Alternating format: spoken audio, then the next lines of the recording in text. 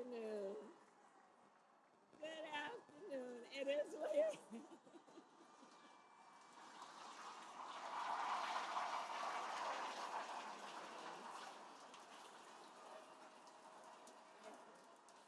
Okay. All right. Okay. Okay. We got some work to do. All right. Oh my goodness.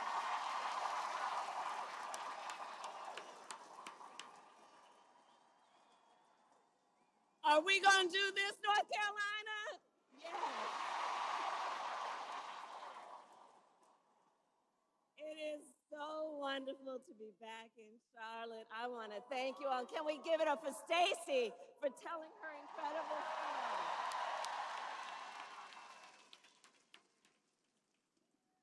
And can we please thank that incredible Anthony Hamilton for his incredible performance? I love Anthony Hamilton. Um, and it is so good. I love you back. I love you back. Thank you. And we have so many outstanding leaders here today, including my friend, Governor Roy Cooper, and your next governor, Attorney General Josh Stein. And here with us is your next Attorney General, Congressman Jeff Jackson. Mayor Lyles, my dear friend, the Council of State candidates, and all the leaders who are with us today. I thank you all, everyone here for taking the time and doing the work you are doing. Thank you, thank you, thank you, thank you, thank you. All right, so here's the thing. Okay, we got a lot of work to do.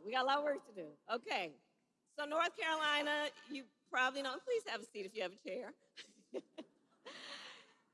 2 nights ago, Donald Trump and I had our first debate.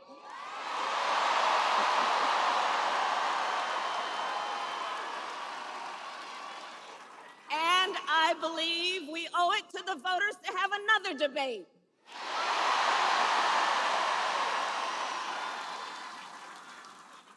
Because this election and what is at stake could not be more important. On Tuesday night, I talked about issues that I know matter to families across America, like bringing down the cost of living, investing in America's small businesses, protecting reproductive freedom, and keeping our nation safe and secure. But that's not what we heard from Donald Trump. Instead, it was the same old show. That same tired playbook that we've heard for years, with no plans for how he would address the needs of the American people, because you know it's all about him, it's not about you. Well, folks, I said it then, I say it now. It's time to turn the page. Turn that page. Turn that page.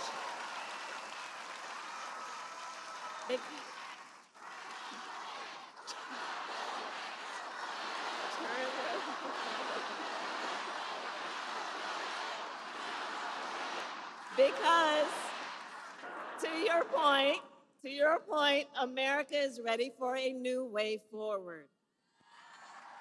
We are ready for a new generation of leadership that is optimistic about what we can do together. That is why Democrats, Republicans, and independents are supporting our campaign.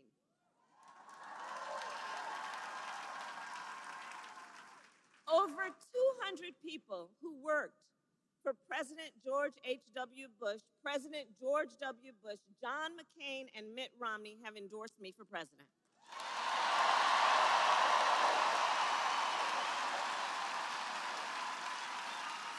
Former Vice President Dick Cheney and Congresswoman Liz Cheney are supporting me as well.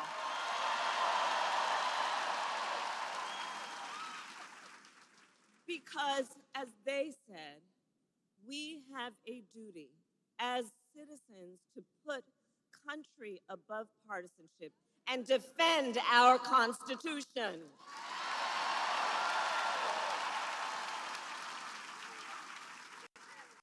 And that is my pledge to you. I will always put country above party, and I will be a president.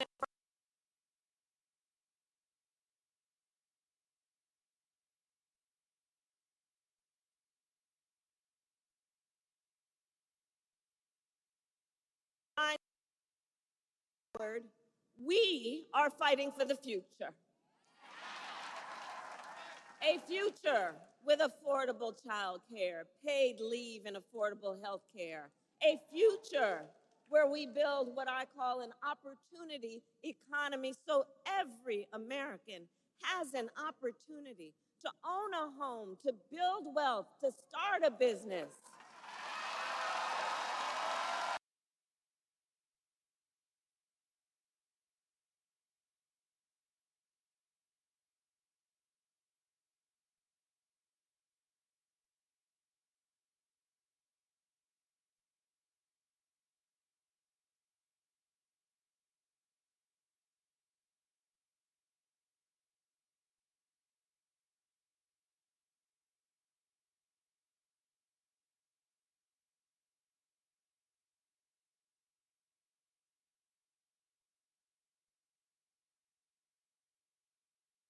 They're leaders in the community, they're civic leaders. They hire locally, they mentor, they're part of the fabric of the community. And I know they are the backbone of America's economy.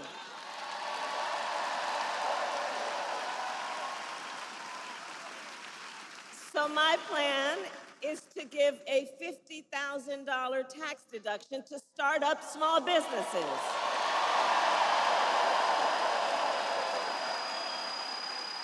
Because, you know, not everybody started out with $400 million on a silver platter and then filed for bankruptcy 6 times. But a whole lot of people have the ingenuity, the entrepreneurship, the work ethic, and the ambition to do that kind of work and just need to be seen and supported for what they are and what they do for all of us.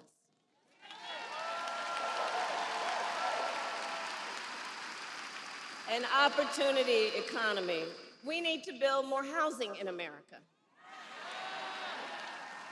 And so we are going to cut red tape and work with the private sector to build 3 million new homes by the end of my first term.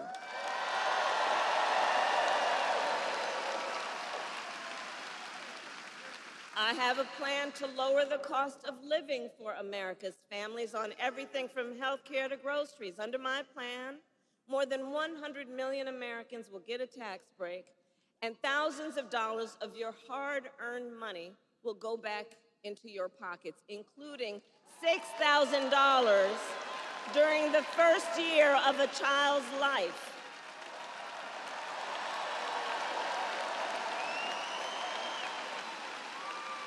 And I will always put middle-class and working families first. I grew up a middle-class kid. I was raised by a hard-working mother who saved up, and by the time I was a teenager, she was able to afford to buy our first home. I understand how people work hard and have dreams and aspirations for their children and need to be put first. Understanding, again, when the middle class is strong, America is strong. America is strong. But Donald Trump, well, he has a different plan. Just Google Project 2025. It is a detailed and dangerous blueprint for what he will do if he is elected president.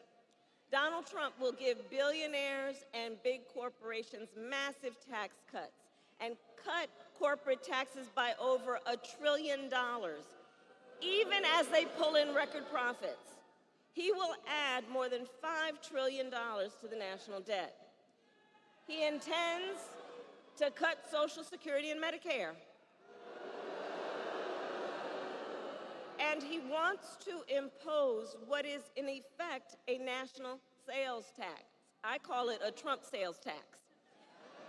Because it will be a tax on everyday basic necessities, which the economists have measured will cost the average family nearly $4,000 more a year.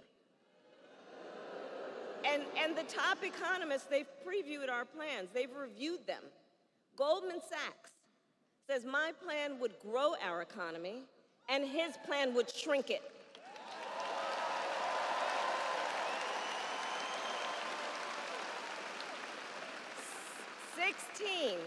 Sixteen Nobel Prize-winning economists say he would reignite inflation, and Moody's says he would ignite a recession by the middle of next year. You know, he talks a big talk, but when folks review the numbers, highly respected folks, that's what you learn about him. That's what you learn. And North Carolina, on top of all of this, Donald Trump intends to end the Affordable Care Act. And as Stacey mentioned, you heard what he said in the debate. He has no plan to replace it. He said, concepts of a plan. Oh, you all watched the debate.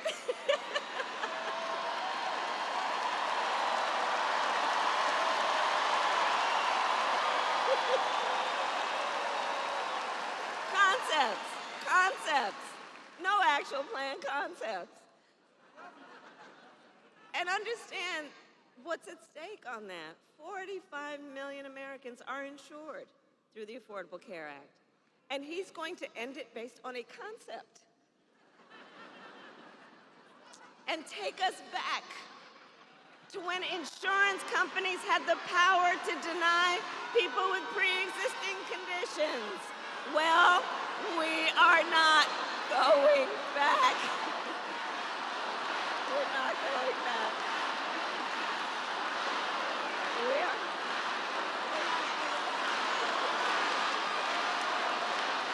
We're not going back. No. We will move forward. We will move forward because ours is a fight for the future and it is a fight for freedom.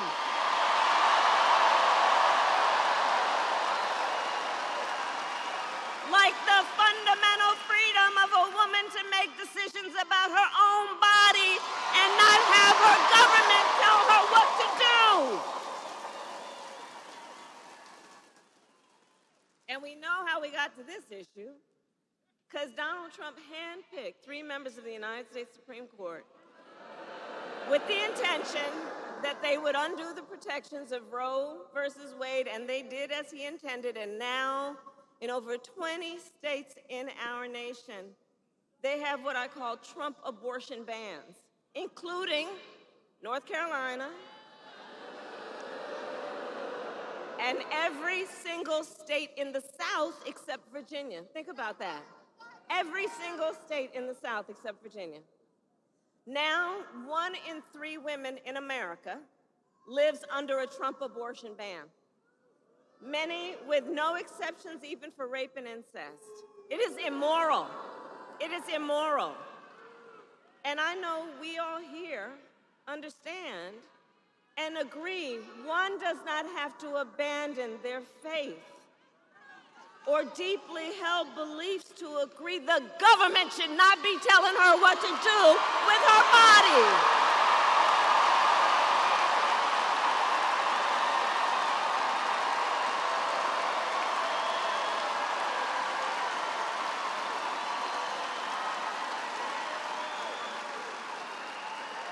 And what we know is that the impact of this is, you know, it's been over 2 years now since that decision came down. The impact of this is so real. It's affecting people every day, just based on the stories we know, and there are so many stories we don't know. Think about it. uh, because of Trump's abortion bans, women are being refused care during miscarriages. Some are only being treated if they develop sepsis. And when asked on Tuesday night, Donald Trump refused to say that he would veto a national abortion ban. You remember that? He refused to answer that question. Refused to answer that question. Well, I'm going to tell you, when Congress passes a bill to restore reproductive freedom, as President of the United States, I will proudly sign it into law. Proudly.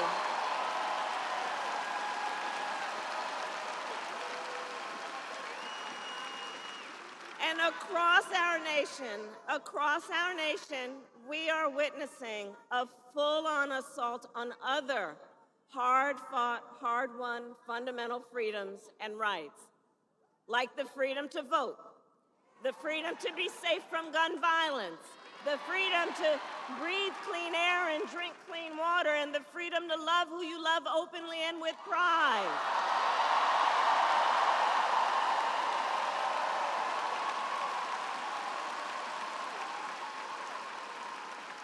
And North Carolina has a history of the point I'm about to make. Generations of Americans before us led the fight for freedom. And now the baton is in our hands. It is in our hands.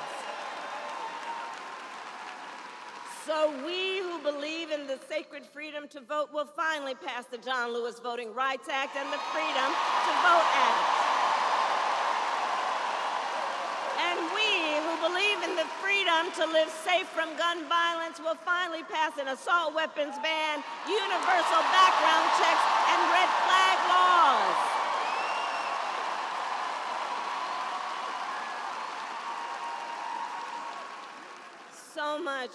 So much is at stake in this election.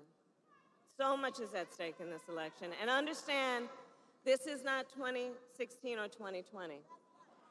For a number of reasons, including why the stakes are higher, because 2 months ago, the United States Supreme Court basically told the former president that he will effectively be immune no matter what he does in the White House.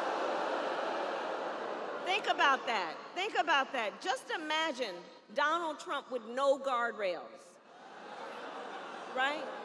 He who has vowed that if reelected, he'll be a dictator on day one, that he will weaponize the Department of Justice against his political enemies, and has called for the, quote, termination of the Constitution of the United States of America. Think about that. And let us be very clear. Somebody who suggests we should terminate the Constitution of the United States should never again stand behind the seal of the President of the United States. Never again. Never again. Never again. And you know, one of the points that I mentioned on Tuesday, so the people who served under him at the White House, who saw him every day, right?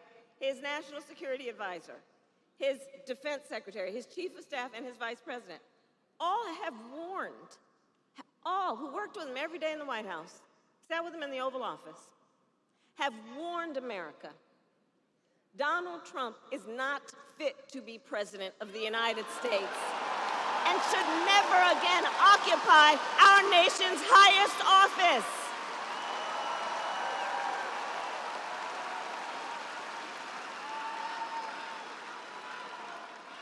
So and we're not going back.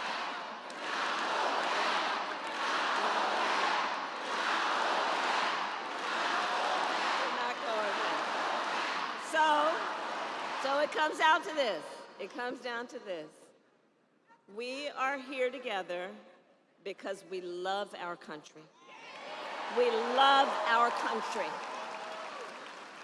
And we understand the awesome responsibility that comes with the greatest privilege on earth, the privilege and pride of being an American.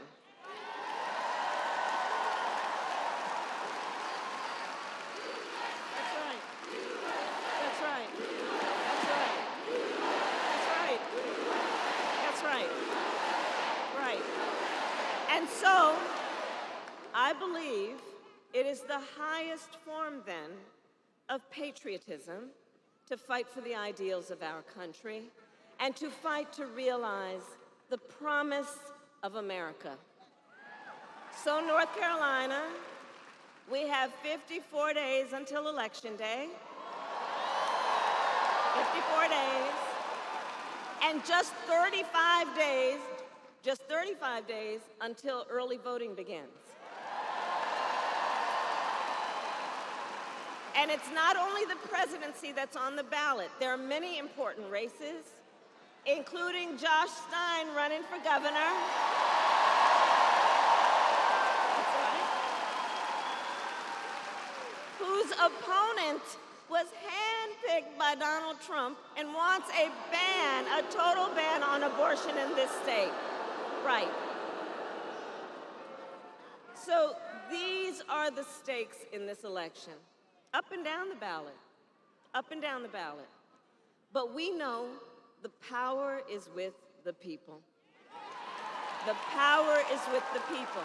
And your voice is your vote, North Carolina. Your vote is your voice. And we know, here's the thing also, we are loving our campaign, aren't we? We are loving this campaign. We're having a good time. We're having a good time. I know that. But here's also the thing. Ours will be a very tight race until the end, okay? It's going to be a tight race until the end, and we are the underdog. Understand that. We are the underdog. There are powerful forces trying to convince people that their vote doesn't matter. There are powerful forces here, too. But I say all that to say we've got some hard work ahead of us. But here's the thing I love about everybody here. We love hard work. Hard work is good work. Hard work is good work. Hard work is good work.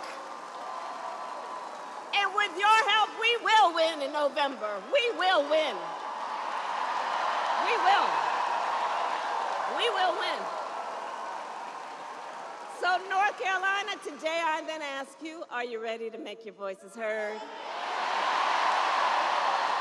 Do we believe in freedom? Do we believe in opportunity? Do we believe in the promise of America?